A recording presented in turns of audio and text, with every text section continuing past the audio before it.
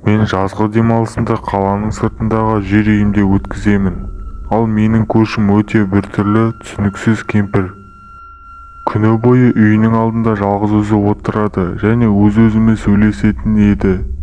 Бірде қолымен бір нәрсені сипалап жатқан секілді көріністі көрдім, бірақ көзіне елестетіп ауаны сипалап жатқан болатын. Оның жақындағаны жақсы көретін жалғыз мысығы өліп қалған еді. Сондықтан болар деп мән бермедім. Бір күні түнде ұйықтап жатырып, қасымда бір нәрсе қозғалып жатырған секілді болды. Ұйқылы ояу күйімде мысығым шығар деп ұстап жатырсам, мысығым қаладағы үйімде екені есіме түсіп кетті. Мен ойланбастан әлгі жануарды ұстап терезеден лақтырмақшы болдым. Бірақ әлгі жануар шапшаңдығымен кереуеттен секіріп, есікке қарай жүгіріп кетті.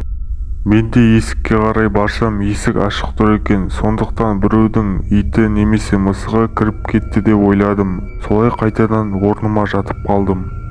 Орныма жатпастан бұрын терезеден әлгі шашы жалбыраған кемпірді көрдім. Оның бұндай қорқынышты түрін бұрын соңды көрмеген едім.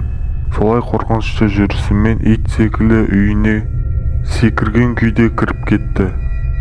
Осы көріністі көріп мен біраз уақытқа дейін ұйықтай алмадым. Таңертең дүкенге кетіп бара жатып әлгі кемпірді көрдім.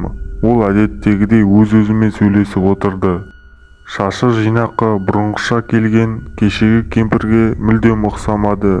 Мүмкін кешегі көрген түсім шығар деп ойладым.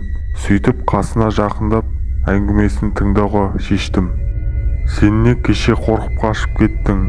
Енді ол қорқып қалды ғой деп қорқынышты даусымен күлімсіреді. Бұл әңгімені естіген соң жүрегім қатты соқты. Bir орында тұрып қалдым.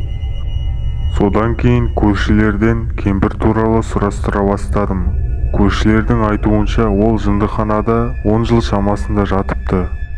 Жындыханаға түспестен бұрын ол өз күйеуін 30 рет пышақтап, басын кесіп алған және полиция келместен бұрын сол баспен сөйлесіп отырыпты. Солай дәрігерлер бұл кемпірге жынды деген диагноз қойыпты.